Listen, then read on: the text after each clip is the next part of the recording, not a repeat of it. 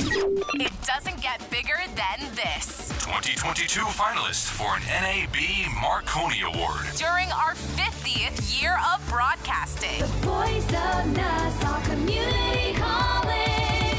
This is the award-winning 90.3 WHPC HD Garden City. Listen on your smart speaker. Play WHPC. And available on Odyssey, TuneIn, iHeart, and on the WHPC app. 90.3 WHPC.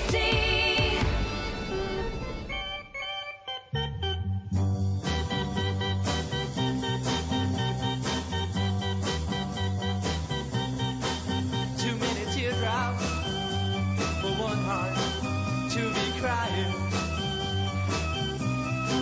Too many teardrops for one heart to carry on. You're way on top now. The Yankee fan, Since you left me, brother, at least 96,000 years, always laughing. not just 96, because they got swept by the Astros. What happened here, brother? Yeah, I heard about that, brother. You know, they were winning, and then they fell apart like a cheap rug. What happened, brother? Hold on, before I start. What? Make sure What- my mic is on, brother. Your mic is on, brother. You're listening to 90.3 WHPC, the voice of Nassau Community College. This is From the Press Box. We're here every Monday from 9 a.m. to 10 a.m. talking sports. We are part of the Sports Talk family, which is Monday through Friday, 4 p.m. to 5 p.m., and then Tuesdays at 11 p.m. Joining me, Rob Leonard, is my brother and award-winning sports writer, Tim Leonard. How you doing? And Tim is, a little sad, we'll say, about the Yankees, because they should have won yesterday's game, and they didn't. Not really all it said. Kind of expected what was going to happen. How can you Didn't expect it to be this bad, but yeah, it didn't expect them to win. Why? The series was set up from the start for Houston to win. Oh, it was a setup now. It has nothing.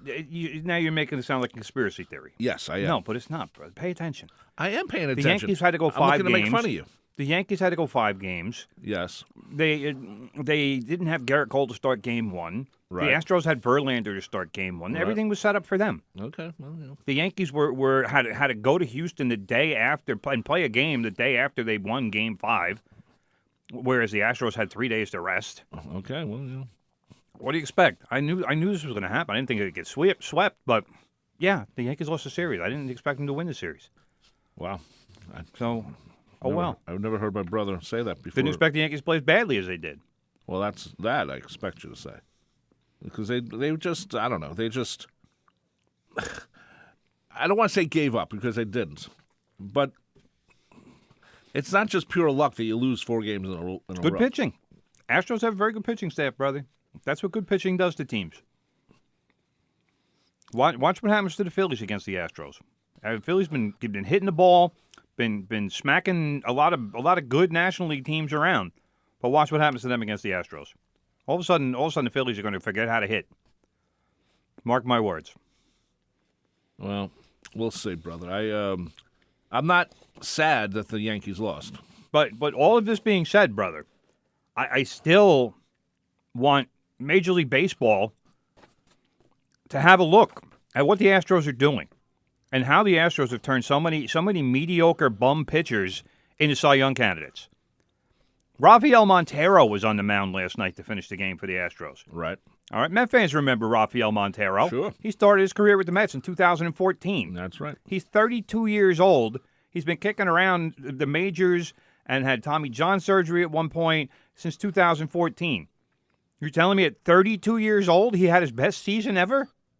Yes. That's just a little too much of a coincidence for me. I'm still not buying into Justin Verlander the year after he has Tommy John surgery and at 39 years old had the best season of his life. Somebody's got to explain that one to me. Well, There's a lot of very, let's call them curious events going on with the Astros and their pitching. Tell me why every pitcher who goes to the Astros experiences a dramatic rise in spin rates. I would love to know the answer to that one. But, hey, you know what? Astros won. They're a better team. I'm not going to sit here and say they're not. I'm not going to sit here and say, "Oh, the Yankees should have." No. The Yankees are a team that is too built for the home run. They don't get on base. They swing for the fences, and it's not a winning formula in the postseason. And how many times do we have to try it and watch it fail before the realization comes that this is not the way to win a World Series? It's like trickle-down economics. It doesn't work. It does not work. That's Yet right. Republicans want to keep trying trickle-down economics, and the Yankees think that they can win by hitting home runs. Except when you get to October and you face the best pitching staffs, they're not giving up home runs on a regular basis like bad pitchers do. Sure, the Yankees' batting average for the series, 162, bro. 162, that's horrible. You're not going to win anything batting 162. Nope, that's something you need more than that. And you're right. As much as Aaron Boone had a great season, it was very exciting. Judge, you mean? Aaron Judge. Aaron Boone did not have a great season. Yes, that's true. Aaron Judge, it was nice to see, he breaks the record and everything. But at the same time, there's got to be more than just hitting the home run.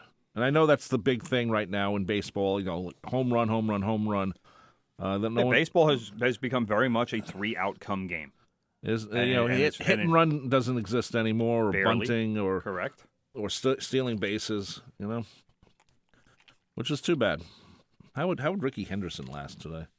Ricky would be great today. Ricky would be even better today than he was back in his day. He wasn't a homer. He wasn't a home run hitter. No, well, he was. He wanted to be a home run hitter, and every manager he ever had told him, like the manager in Major League, hit the ball on the ground.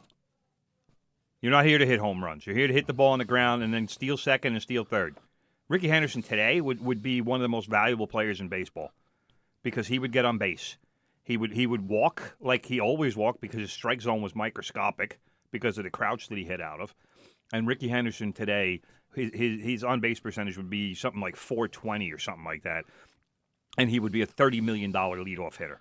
Well, yeah. Because he'd score 140 runs a season. Yeah. Anyway, so Yankees lose 4 in a row. That's just, that's embarrassing. It's embarrassing. I'm not going to sit here and make excuses or do anything. I'm still not 100% sold on the Astros pitching and what's going on there. But the Astros outplayed the Yankees. You win 4 in a row, you outplayed the other team, plain and simple. And the Yankees yesterday, for me, the key play of the game, there was 2 key plays of the game. Number 1 was Nestor Cortez, who apparently had some sort of a groin injury, trying to tough out a start and giving up a home run to Jeremy Pena, a 3-run home run. The Yankees were winning 3-0. Everybody was feeling good at the stadium. Hey, we're finally going to win a game. And then Jeremy Pena turns on a breaking ball that just came across the plate like a turd and smacked it into the left field seats. All of a sudden, it's 3-3. And that took the air out of the stadium because every fan there, even though the game was tied, every fan there was, oh, here we go again. Yeah, and there's nothing worse than the air being taken out of Yankee Stadium on a really intense night. Well, which the game started out as very intense because the Yankees were up 3-0. Right, but the other for me key play was Gleyber Torres making the error in the 7th inning. He fields a ball; it should be an inning-ending double play ball, and puts a shovel throw over to second base wide of the bag. So instead of an inning-ending double play, now it's first and second with 1 out. Well, the Astros do what the Astros do. What good teams do. And they get a couple of hits, and they turn a 5-4 Yankee lead into a 6-5 Astros lead. Right. You can't make mistakes. That's the postseason. You can't make lazy throws. You can't lose your focus for even a second because now here it comes. And Jonathan Loaizaga to that point had been pitching well. But he's a relief pitcher. He's only going to give you so many pitches, and he basically was. They asked him to go 2 innings. He couldn't quite make it to 2 innings, but 6th inning he was untouchable. They were calling him the king of soft contact, which he was. But and then he got an out in the 7th, and then after Gleyber made the error, that was it. He gave up the tying hit. Then they brought in. Who was? I think it was Clay Holmes or whoever it was, but then it was another hit, and that was it. Yeah, Clay Holmes and Bregman singled in because Bregman he's a great player. He's still a cheater, but he's still a great player. Yeah, and it's hard to believe that the last wins for the Yankees were against the Guardians. It's like right. And that was, we didn't even get to talk about that because obviously that series was still going on last week. That's how fast this series ended. Right. And how suddenly this series started because the Yankees won Game 5, well, they won Game 4 and Game 5 against the Guardians, and then immediately had to go. And that's why I didn't mind losing Game 1. I told everybody I knew the Yankees aren't winning Game 1. You're going up against Verlander, even though Verlander isn't usually a great playoff pitcher. Right. But you're going up against Verlander. You just won the 2 intense games to save your season. You have to turn around and go from New York to Houston. No day off. That's a long flight. Yeah. I guarantee you some of these guys were stupid enough to get drunk on the flight or partying. They were partying in the locker room after the game. I'm sure there was some drinking going on. Probably some hangovers the next day. Yeah. So I was like, all right, Game 1. I mean, anybody with a half a brain and a few extra bucks would have bet money on the Astros. I don't know what the odds were for the Game 1. I doubt you would have won much. I'm sure the Astros were a heavy favorite. But to me, that was a lock. The Astros were going to win Game 1. I just expected the Yankees to win either Game 2 or Game 3. Right. And I certainly expected them to win Game 4, especially when they took a 3-0 lead. But, yeah. Nestor gets hurt at a very inopportune time. He had been pitching well to that point. I don't know what was going on. They took him out of the game, so obviously it was something pretty bad. But if that was the case, then he shouldn't have been pitching to Pena. I know enough about Nestor Cortez at this point. He's a gritty guy. 36-round draft pick out of Hialeah, Florida.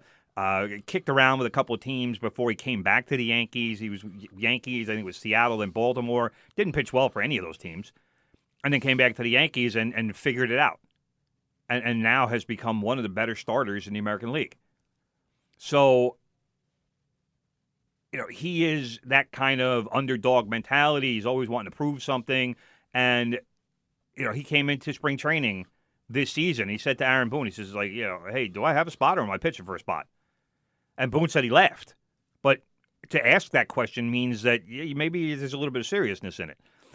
So Nestor, he's always pitching for his spot. In his head, he's always pitching for his spot until he gets that contract down the road where he's making $10 or $15 million a year, maybe more, depending on when he signs it and how long he signs it for.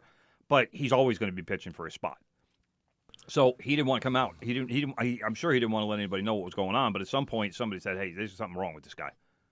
Yeah, and we need to get him out of the game." It's an important game. You want to be the guy who helps them win it. Right.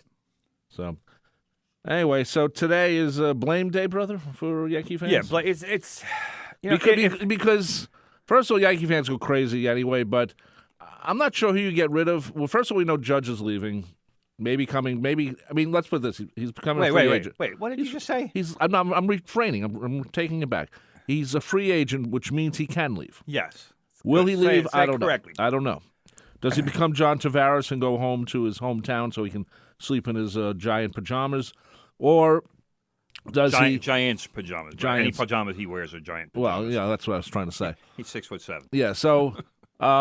or does he stay with the Yankees and become, literally the next Derek Jeter who will retire as a Yankee based on when he is healthy, he's a fantastic player. But maybe next year you don't have him just go for home runs every time. Though. He was the only guy. He was the only guy on the team. Every time I see him hit, it looks like he batted .311 this year. I know, but his on-base percentage was like .430 or something like that. Give me 9 Aaron Judges, and I'm thrilled. I'm thrilled if any of them hit 20 home runs. Never mind 62. Yeah. 62 home runs, 131 RBIs, 311 batting average. Maybe to me it's just the way he hits. He always he looks hits like bombs. Yeah. And he also hits singles and doubles. That's how you hit 311. You know how many players hit 300 in the American League this year? I don't know. Like 6 or 7. Wow, okay. Now, let's say, is Aaron Boone going to get fired? I don't know. And up until this series, I would have said that was a knee-jerk, one of those knee-jerk. I hate knee-jerk fans. Yeah, well, because that's what when you say blame day, brother. I am personally probably going to avoid social media today because today is the day that all the knee-jerk idiots come out of the woodwork, and the reason it's blame day is because they're going to be all over social media saying, "Oh, we got to fire Boone, we got to fire Cashman, we got to trade everybody." It's so stupid, and these people just have no brains, and they can't handle not winning a World Series, and the problem with that is look at the Phillies. Should the Phillies be in the World Series? No, they shouldn't be. No, they shouldn't be. But this is the crapshoot that is the baseball postseason. You got a couple of hot hitters, you got a couple of decent pitchers, and all of a sudden you're a team that won 87 games and doesn't even belong in the playoffs as far as I'm concerned, but they're in the World Series with a chance to be the champions of Major League Baseball. It's what Major League Baseball wants. They want the dramatics of the playoffs because that's what people watch. That's where they'll make their money on the TV. And that's all they care about. Right. I can't believe that the Game 1 of the World Series starts on Friday. Yeah. Now, I know that they plan it out all in the head. Right. So that's why. Because it could have went to Game 7 and it would have been on Thursday. Or whenever the hell it was. Right. So, but still, you think they can move it up a little bit. No. Because that's not even a consideration. Because we're going into November. It's going to be a permanent thing now. Yes. There'll be more Mr. Novembers.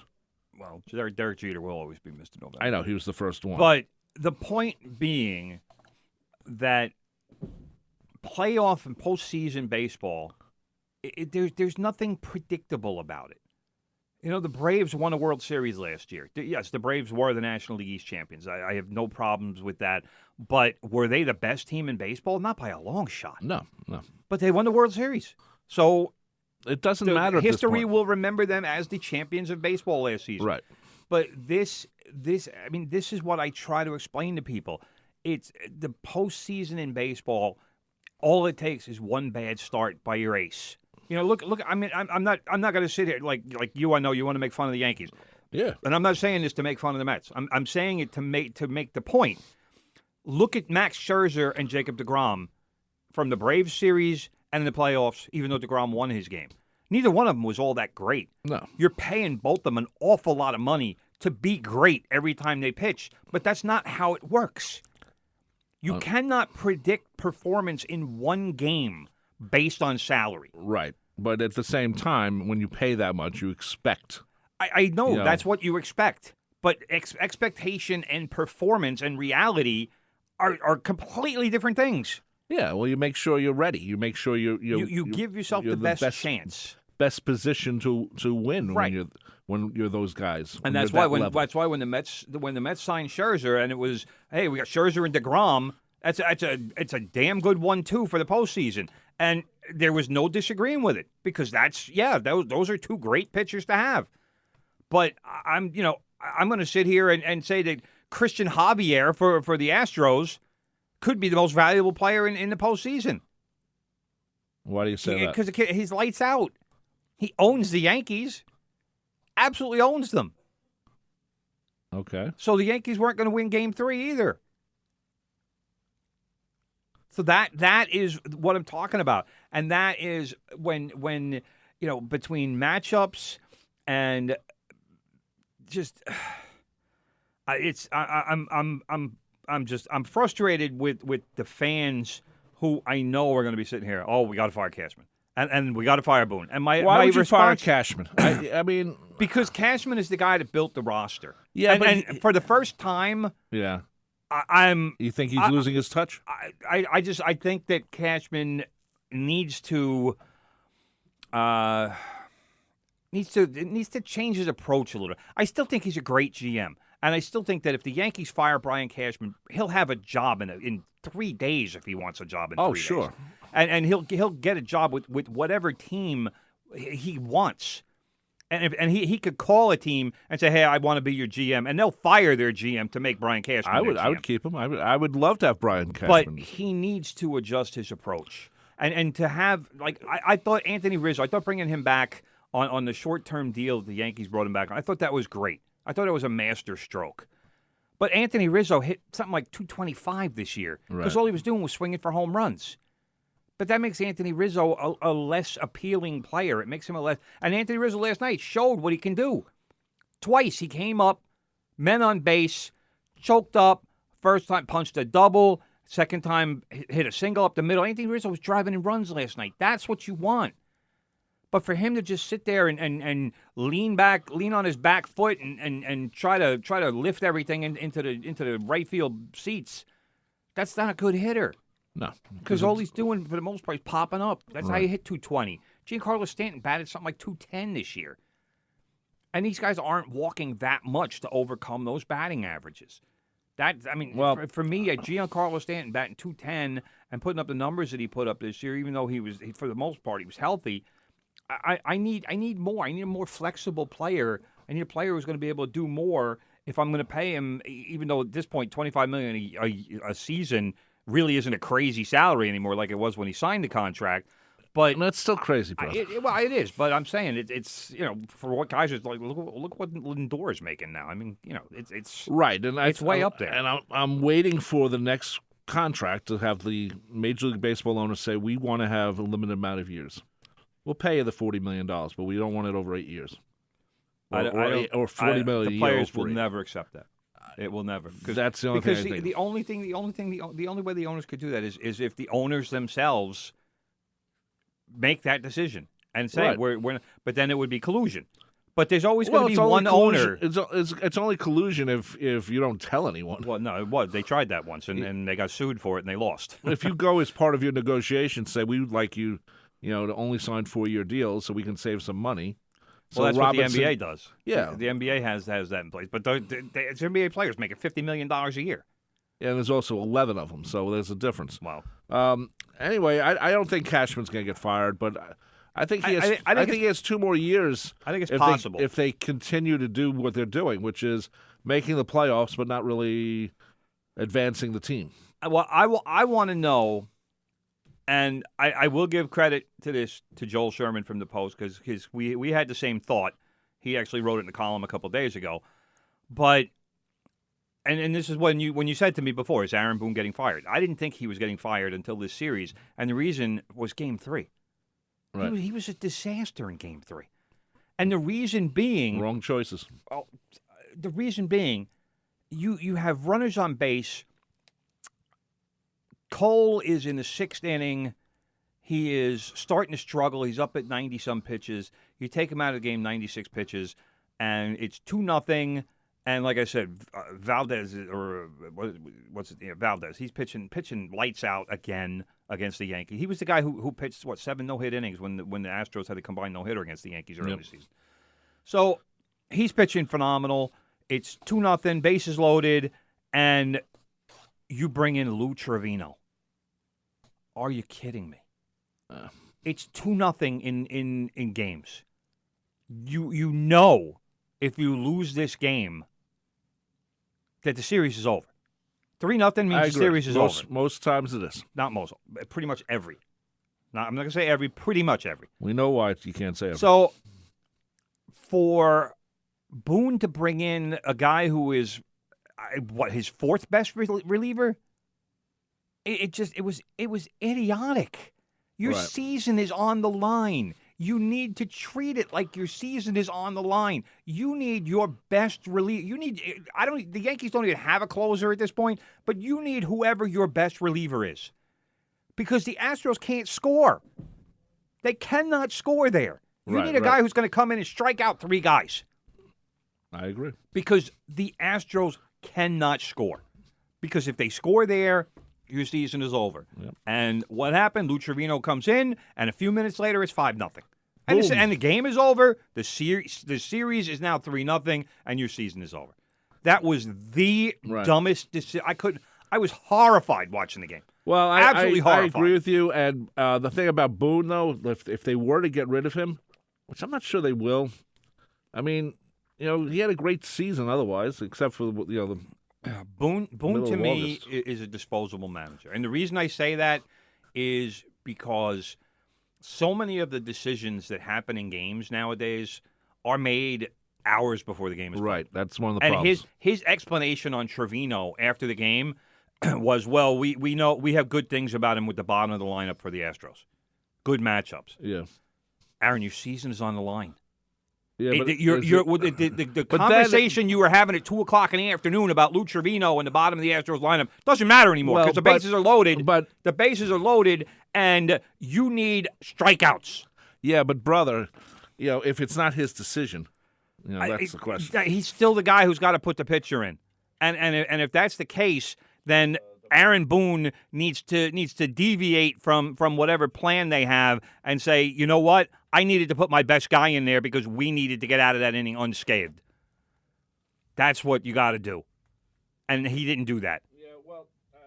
One thing I think, if they were to get rid of Aaron Boone, which I don't think they will, but just in case, it's possible. Who's available? You know who you're going with. Do you? Don Mattingly. Don Mattingly. Fans would love it. Fans would love that replacement. You want the Don Mattingly who was the manager of the Dodgers. Donnie Baseball still wants to manage. Yeah, he does. 90.3 WHPC from the press box, 516-572-7440. We have Joe from the Albany area calling in, listening on nccradio.org. Hello, Joe. How you doing? Good, Rob. How are you? Doing well. Hey, Joe. What's up? What do you want to talk about? Well, you guys were just going in the direction that, I've been texting since last night about the games and stuff, and you guys are right on point with all your things. I just wanted to say, because when I dialed, of course, I shut off my noise in the background, but Thank you. Tim was talking about Boone being a disposable manager, and I don't disagree, and I was painfully watching the Trevino thing and all that stuff. But the thing of it is, it's that whole structure. Like you were saying, it's that. Remember, Tim? I think there was an article in July that Joel Sherman did on the analytics department. That was a good one. I'm sure there was. I don't remember reading it, but Joel Sherman, to me, even though Joel Sherman blocked me on Twitter, I still think he's one of the best, if not the best baseball writer in New York. I still don't know why he blocked me on Twitter, though. I was never nuts about. I have. I was never nuts about the guy either, but he hit the nail on the head. It had to do with I think it's a 40 or 50 person staff, that analytics department, and what comes out on the cards. It's like you said, that's what they do. Trevino comes in that key situation. But the thing of it is, this is what a lot of, and you were also saying, Tim, about your frustration with the fans. The thing is with the fans, if you do get rid of Boone, and I tend to agree with Rob that they probably won't, but if you do get rid of him, okay, so you bring in Donnie Baseball. Yeah. You still got the rest of the structure. Yeah, and that won't change. I mean, that Joe, I'm not saying that's only how the Yankees are run. That's how pretty much every team in baseball is run nowadays, is the analytics departments. They all get their stats together, and it's, okay, if this situation comes up, then that's why Trevino was out there, because at some point during the meetings before the game, they said, hey, Trevino's got some good matchups. They get the lineups, and it's, this is who we can put in the game if we have a situation here, and these are the best matchups for Trevino against this guy or these three guys or whatever the grouping is. If we want to make a move, then this is the best guy to do it with. And that's pretty much every team in baseball. I don't know if Buck Showalter is doing that as much, but there aren't, like Billy Martin used to manage from the, he would always talk about managing from the gut, and nobody does that anymore. Nobody's allowed to. Well, it's interesting. You just said what my next point was going to be, and I'm not sure about Showalter. I mean, I know they have that same setup, but somebody like Showalter, I think you had said it before, or somebody I listened to had said it. He was doing that stuff before it was around. He was looking at the statistics. He was a walking encyclopedia of. Right, but a lot of it was in his head. I did say that, yeah, and that's the reason. That's the difference. Is because Buck was so fanatical that he was already studying any kind of tendencies he could find. There weren't analytics departments back then, but Buck, like I said, right. he was so fanatical that he obsessed over that stuff. One of the problems with the whole analytics is it's not just one person with a computer. It's a bunch of people, and then they say, oh, look, we put this together, and then it doesn't really mean anything if your team loses, because if your team loses, your analytics is crap. But then you can't say, well, we got our computer here. Everything's computerized now. And, the feeling in your gut that, this pitcher might not have anymore isn't there, or hasn't still. The other thing I just want to mention, I don't want to compromise all your time, guys, but okay. with the during watching this series, you were watching the Houston dugout, and they were all, Dusty was smiling and slapping five, changing into the dugout. The guys were all engaged. You look over at the Yankees dugout, it looked like they were at a funeral. I mean, that's what hitting 162 does to a team. The body language and it was tough to watch. I mean, they were tough to watch this whole second half. Obviously, we've beaten that horse to death, but. Right. Yeah, so what do you do? Well, like I said, I said something on one of the posts I'm on. Okay, fire Boone, fire Cashman, fire the analytics. Now start over. You bring in Donnie Baseball. You do a youth movement. This is all crazy stuff I'm saying. You do a youth movement. Now the fans are fans in quotes. They're going to have to realize, well, you're going to be second division possibly. Well, you're that's not not even going to get. No, I mean I don't think the Yankees would have that much of a drop off, only because I think their rotation is good enough to win at least 80, 87 or 90 games. Just the rotation by itself. They still have a good rotation, even though I'm pretty sure Tyon is leaving. But I mean, because this was going to be the next thing we were going to talk about. But I mean, you're looking at a rotation that has Cole, Nestor Cortez, Luis Severino, Frankie Montas, and probably Domingo Germán, unless they sign somebody. I don't want Carlos Rodon. He's going to want at least $20 million a year, and he's a head case. Guys, he's a very good pitcher, but he's got an injury history that's a mile long. And this season was the first time in his career he's had over 30 starts. I don't want the guy. He's a head case. So here's. I'm sorry. No, go. No, here's my last thing. So Judge goes to San Francisco. Correa's opting out. Where does he go? Not to the Yankees. I don't want any shortstops. Even Trey Well, they Turner. Don't need him. No, they don't because you got Peraza, and they still have Volpe, who they're very high on still. Coming up through the system. I know Yankee fans wanted see, and this is the problem for me with Yankee fans. They still don't understand that the owner's name might still be Steinbrenner, but his first name is Hal. It's not George. Hal does not. He does not. George's famous saying was the two most important things in life are winning and breathing, and I'm not sure how important breathing is. Yeah. So Hal is the dozen most important things in life, and he'll throw winning in there somewhere. But he'll also put in there about trying to get below the luxury tax. Yeah. So the Yankee fans have to understand that there's only going to be so many 20 or 25 or $30 million contracts on this team, and Judge is probably going to need a $40 million contract. Well, that's part of the problem too. Is that guys like Donaldson? My God, that was painful to watch him. I mean, I know he played a decent third, but he's shot. And he's got one more year left at $25 million. So to get rid of him, you either need to trade him with a decent prospect because somebody's going to want something in return to take on his contract, or you're going to have to pay at least $15 million. And if you're going to be paying $15 million of his contract just to get rid of him, you might as well keep him. Yeah. It's only one more year. That's a tough one, but he's tough to watch. Hal, I think, sometimes would rather just fly his airplane and not be bothered with the Yankees. I mean, he's not going to get rid of the team. If they were going to get rid of the team, they would have sold it after George died, and they didn't. Yeah, and it's it's worth a couple of $1 billion, and they got the stadium. There's a lot of good things about the Yankees and Hal Steinbrenner. I mean, but at the same time, sometimes you think Hal doesn't care as much.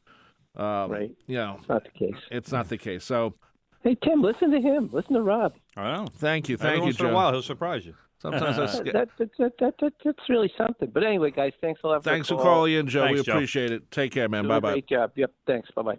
516-572-7440. We'd love to hear from you. If you want to talk about the Yankees, we're about to go into NFL football. Of course, the Giants and Jets keep winning. It's something. We're in an alternate universe.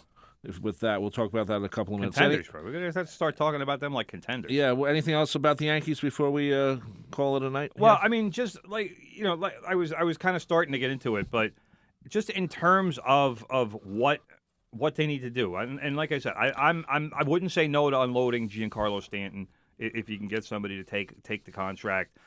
Even though, I mean, he's been good for Judge. He's been a great sounding board for Judge. Right. Judge had Matt Holliday for him in his first season, rookie season, and that was good. He likes having a veteran guy around. Well, it depends on Aaron Judge gets signed. Well, yeah. Does Aaron, I mean, to me, yes, you have to sign Aaron Judge. And it's going to take probably 8 years and somewhere north of $300 million to get it done. Yep. But he's earned it. And he, like you said, they bet on himself, and he certainly it's going to pay off. Whether it's the Yankees giving him a contract. What was the Yankees' offer? Was it? It was 7. It averaged out to something. It was somewhere around 7 years and something like $218 million or something like that. That's a little too low.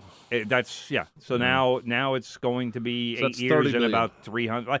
Like I said, you start at 8 years and $300 million, and hope he says yes, and you just bump it up a little bit and say, all right, hey, how about 8 years for 310?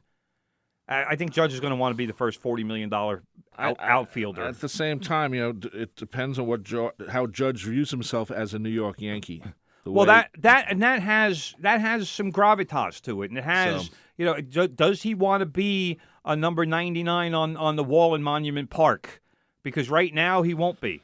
No, he not won't yet. be. You need a career with the New York Yankees, even though, and I've said Reggie Jackson, I still don't think he belongs out there. Nope, he doesn't. But Aaron Judge, let's face it, he's had 2 very good seasons, and he's had 3 plus seasons where he's been injured for significant periods of time.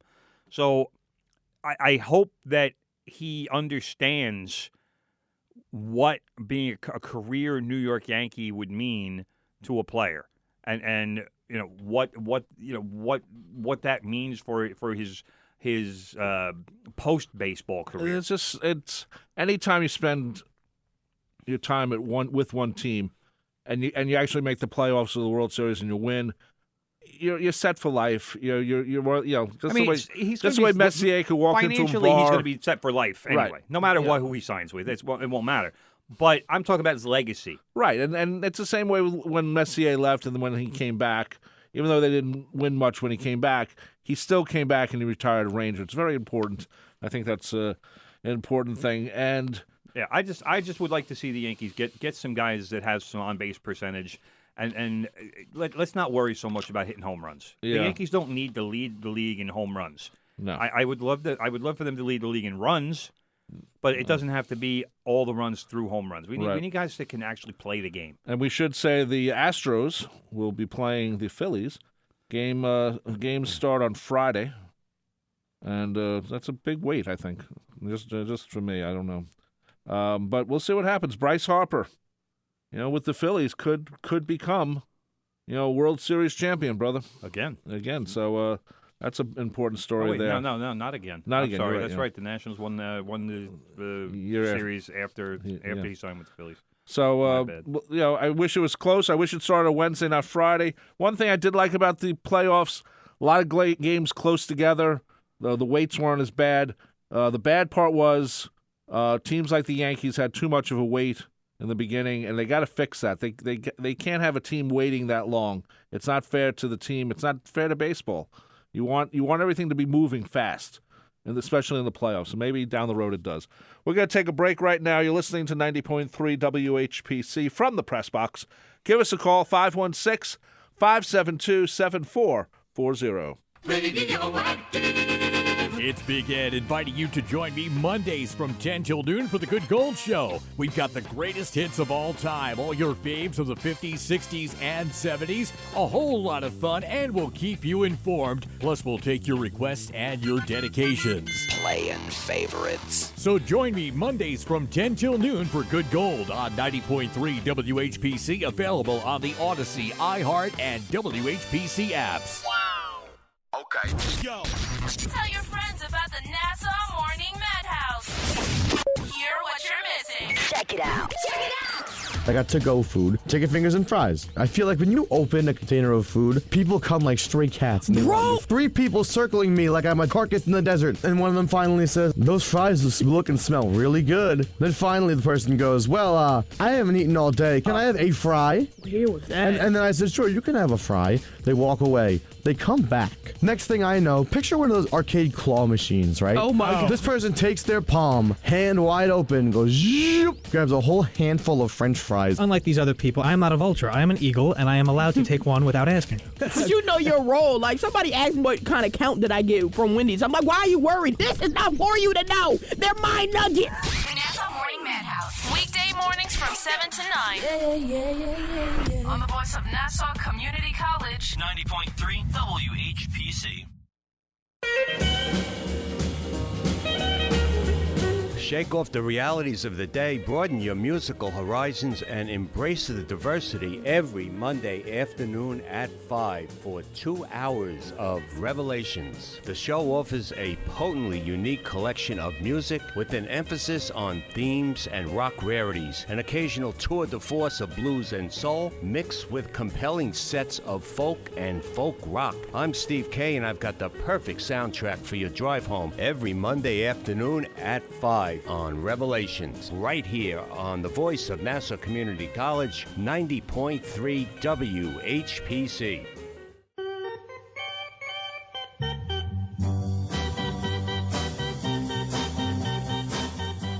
Sorry, Yankee fans, I had to do it again. Sorry. Next week, brother, can we play maybe a little modern song? Something from This still sounds modern, man. What are you talking about? We're gonna play the Doesn't alarm. sound modern. What am I gonna play? Listen. What is that? A synthesizer? I know it's an organ. It's some sort of organ. It's not modern, brother. No, but it's a sound they can't recreate anymore. It's not on a computer. That's why. Anyway, your WHPC weather forecast powered by Pantano's Gourmet in Hewlett, Uniondale, and Garden City Park today. Let's say it's going to be rainy and cloudy and icky and horrible. High is about 65 degrees. Tonight, it's going to be same thing, basically. So it'll be a little bit lower temperature-wise. It'll be 64. Currently in Garden City at Nassau Community College, it is 57 degrees on 90.3 WHPC. This is from the Press Box. My name is Rob Leonard. Joining me, of course, is my brother and award-winning sports writer Tim Leonard. 516-572-7440. Let's talk about the Jets and the Giants. I can't believe this, brother. The Jets are 5-2, and I'm just shocked right now. The Giants are 6-1. Shocking. This hasn't happened in 100 years. Well, I don't know about that, but literally 100 years. Jets haven't been around for 100 years. It just feels like it because they always lost.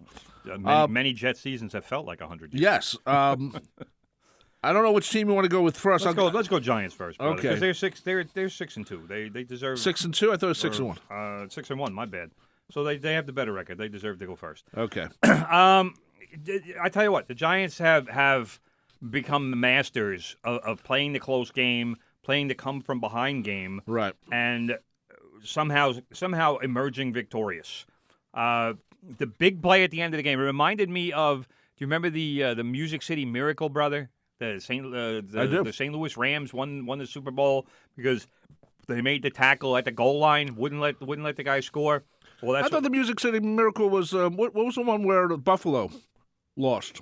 I don't know. Look it up. It was like 38-35. I don't know. Look it up. I don't know which it is. Fine. Look it up. I'll talk. Anyway, the Giants wound up giving the ball back. They kicked the field goal. There was 1:04 left. Gano kicked his third field goal of the game, gives the Giants a 23-17 lead. Well, here come the Jaguars and Trevor Lawrence, who's still a pretty good quarterback and is becoming a better quarterback pretty much every week. He marches the Jaguars downfield. Leonard Williams with a really dumb roughing the passer quarterback wrapped up Lawrence and just dropped on him. And that's 300 plus dropping on this kid. But yeah, the referees are going to call that roughing the passer every time. So now the Jaguars have the ball. It was around, I don't know, the 17-yard line or something. Last play of the game, Lawrence throws the ball at Christian Kirk. He was the Jaguars' big wide receiver signing in the offseason. And Kirk runs into a wall of safeties. Julian Love, Xavier McKinney, Landon Collins. Landon Collins is back, brother. I don't know if you know that or not, but Landon Collins is back. And everybody hit this guy and would not let him get that 1 yard that he needed to get to the goal line and would not let him stretch the ball out. Tackled him at the 1. Clock hits double zeros. Giants win the game. That's how close it was. We're talking. We're probably not even 3 feet. So, and if the touchdown gets scored, Jacksonville kicks the extra point and they win 24-23. So that is the difference between winning and losing for these New York Football Giants. 2 100-yard rushers in the game. My man Saquon, who actually wound up with 110 yards rushing, 92 of those in the second half. Daniel Jones also had 100 yards rushing. So that was I'm trying to remember the. Well, first of all, it's the Giants' best start since 2008 at 6-1. The Giants were 39 rushes for 236 yards, which is phenomenal. And I'll tell you, quick note to fantasy football players: Daniel Jones was the second highest point producer among quarterbacks this week. He was 19 for 30 passing, 202 yards, and a touchdown. The Giants scored on their first drive. My brother was about to moan and whine. I hate talking about that Yeah, stuff. good. Shut up. Don't tell me to shut up. So, here was the stat I was looking for. The Giants had won 4 games that they were trailing going into the fourth quarter. That is through 7 games. Only 2 other teams in NFL history have managed to do that. It's not easy to come from behind in the fourth quarter in the NFL. The Giants are making a specialty out of it. And the one thing with Daniel Jones for going over 100 yards rushing, it's well documented on the show. I don't think he's the quarterback of the future. I still don't think he is. But one thing I will give Daniel Jones all the credit in the world for, he doesn't slide. He's not looking to slide. He's not looking to cut a play short. If Daniel Jones is tucking the ball and running, he turns into a running back. He doesn't mind the contact. He's going to hit somebody as he's running. He wants to go for as many yards as he can get. There aren't a lot of quarterbacks out there like that. So the kid gets all the grades possible on the toughness scale from me, but sadly, he's still not a quarterback that I think can win a Super Bowl. So I like what he's doing this year because they've simplified the offense for him. They don't want him making split-second decisions, and it has worked to his advantage. So credit there to Coach Dable for finally figuring out how to have Daniel Jones be an effective quarterback. Well, it took a while. It By the way, far too brother, many years. the comeback I'm thinking about was the Houston Oilers versus the Buffalo Bills. Bills win 41-38. Oh, that was the Frank Reich game. Bro. Yeah. That Frank was Reich, Maryland. 93. And then the other one was, you're right, the Music City Miracle was... Closer to the mic, bro. I am next to the mic. What are you closer to it. How much? Yeah, much better. Yeah, sure. Much better. Anyway, Music City Miracle was Titans 22, Buffalo 16. So Buffalo? Yeah. Buffalo Bills. Oh, all right. What it says. My bad. So I anyway. was thinking about some other games. Yeah, there's a lot of comeback games. So anyway, Giants doing good with Daniel Jones finally. Something finally clicks in. Daniel Jones isn't costing them games like he has in past seasons. Yes. Because he's not fumbling the ball as much. He's still fumbling it too much for my taste, but he's not fumbling it as much. And part of the reason why he's able to do less to hurt the Giants is because Saquon is around to just give him the ball. Give him the ball, let him run. Let him be Saquon. And he's having a phenomenal season. So keep going. The Giants, the defense has been outstandanding. I want to know if they make the playoffs. How does that save his job or not? I don't. That's the thing. It's a little too early to think about it, but it's something to be thought about. Believe me, it's being thought of already. And do you give Daniel Jones a 5-year contract in the $140, $150 million range, which is what it would take to sign him? I wouldn't sign him for that much. I wouldn't commit that much money to him. But then you have to start over at quarterback. That's true. So what do you do? That's the issue. If the Giants think they can continue what they're doing now, and obviously we'll have to see how the rest of the season goes. But if they can, if they want to be in a playoff team and they win, let's say 12 games, right? Let's say they finish 12-5, which really right now after 6-1, it's not a, I mean if they're 6-1 now, that's 6-4 to finish the season. That's not the worst thing in the world. Right. So, I don't give Daniel Jones that kind of money. Right. I would see what he would sign for, what he'd be willing to sign for, but in terms of do I pay hhim like a top quarterback? No, I don't. No, you don't. There's no reason to. Okay, let's get to the Jets. We have about 9 minutes left in the show. They're 5-2. They beat the Broncos 16-9. Not the greatest game in the world, but it's all about winning. And right now, the Jets are winning. Sloppy wins count just as much as beautiful. It was a sloppy game. I'm very happy with the Jets, actually, even if it was 16-9, because I'm liking that Zach Wilson's getting more and more confident. But Zach didn't have a good game. He didn't, but they won, and that takes away from your bad. If you lose and you go, oh man, I lost again, but you won, even though if you had a crappy game, you dismiss it and you move on to the next one. Well, here's the negative from the Jets yesterday, brother. Because I got to start with the negative because Breece Hall firstly scored on a 62-yard touchdown run, which was beautiful, and I loved watching it. And apparently, Breece Hall on that run ran faster than any running back this season at almost 22 miles an hour, which I know, weird stat, but they keep stats like this. But like a couple of plays later in the second quarter, Breece Hall wound up tearing what they think was suffering a torn ACL. And if that's the case, his season is over. He's not going to be back until minimum training camp next season, and probably won't even play the first few games next season. This kid was thoroughly exciting. They traded up in the second round a few picks to get him. Master stroke by Joe Douglas. Right. He's had such an impact, and if the injury is what they think it is and what they're saying they think it is, then it just torpedoes a phenomenal rookie season for this kid. And it also hurts the Jets in a big way because this kid has been a massive part of their offense. The Jets really turned. This is why Wilson's numbers haven't been all that good, is because the Jets have become more of a rushing team. Yes, you need the quarterback and you need him to be able to throw and do everything, but Wilson hasn't had to throw for the Jets to win. So, and that's one of the reasons why Elijah Moore is requesting a trade, because the Jets just aren't throwing that much because they haven't had to. If you can keep running the ball and you can run it effectively, why throw it? There's no reason to. That's every NFL coach's dream, is to run 60 running plays in a game. And don't throw the ball. Don't put the ball up there for a defense to take away. Just give it to the running back and let him keep blasting through holes and scoring touchdowns. But we're going to see what happens. Breece Hall, he was coming off 116 yards, a season high, career high against Green Bay. Leads the Jets with 463 yards on 80 rushes and 4 touchdowns. It really is a shame. This kid was having such a great season. The Jets' defense won them this game. Let's face it, offense wasn't really a factor for either team. Hall was the only one who scored a touchdown in the game. The rest was field goals. I'm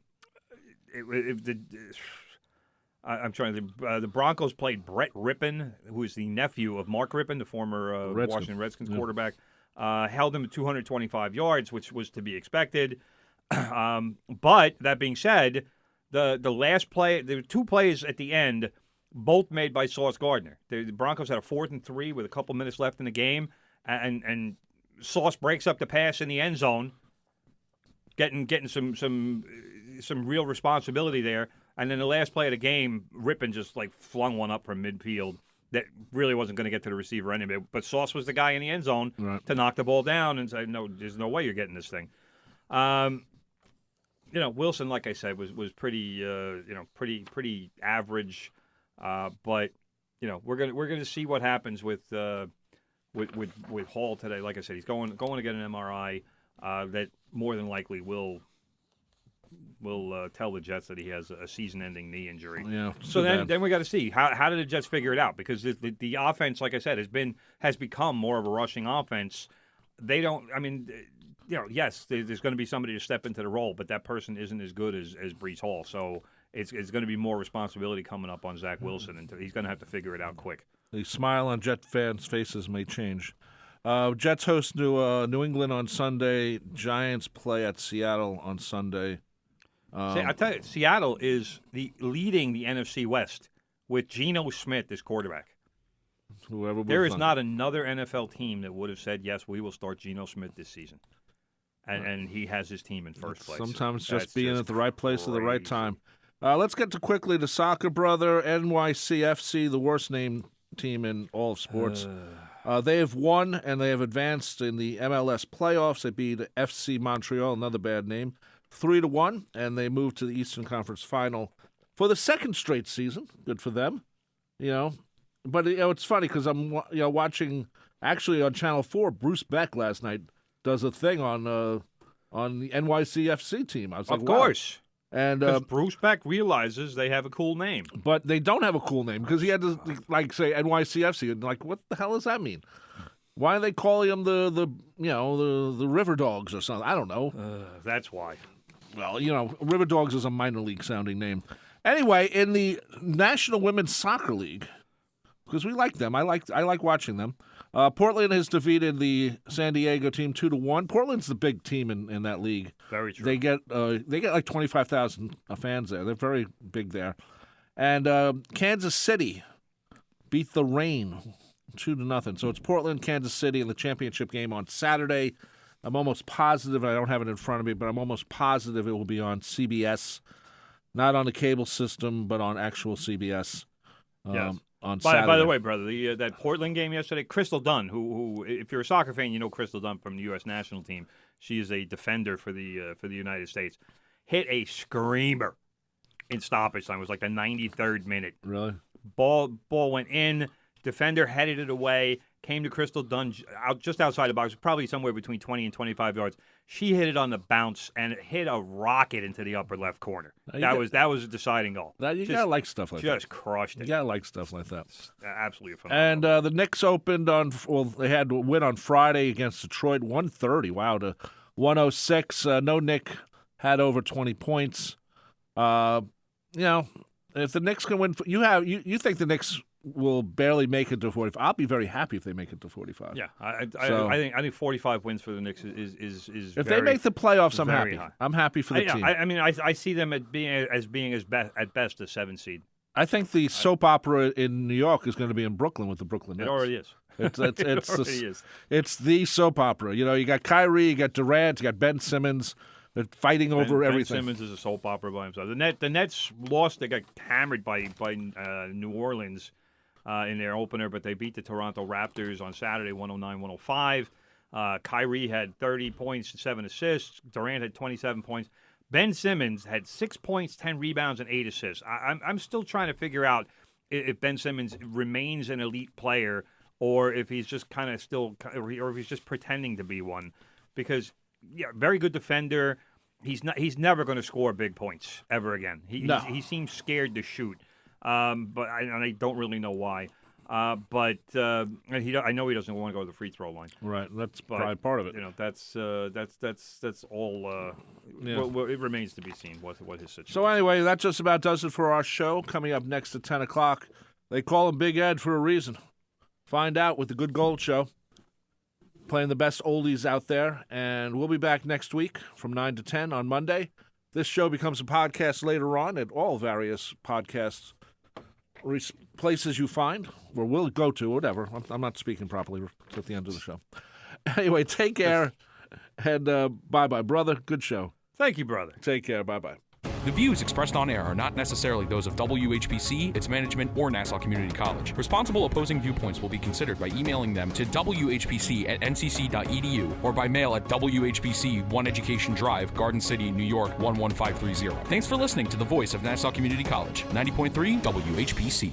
This show on 90.3 WHPC is brought to you by Steve Dassa Entertainment and Legend Promotions, who present A Night of Doo-Wop and Soul, coming to the Patchogue Theater Saturday, November 19th, starring the Manhattan Skyline, Vito Pacone and the Elegants, Larry Chance and the Earls, the Skyliners, the Times, and Bobby Wilson, plus a special tribute to Jay Black featuring Rick Mango and Vinny Medugno, hosted by Steve Dassa. Ticket information available online at patchoguetheater.org.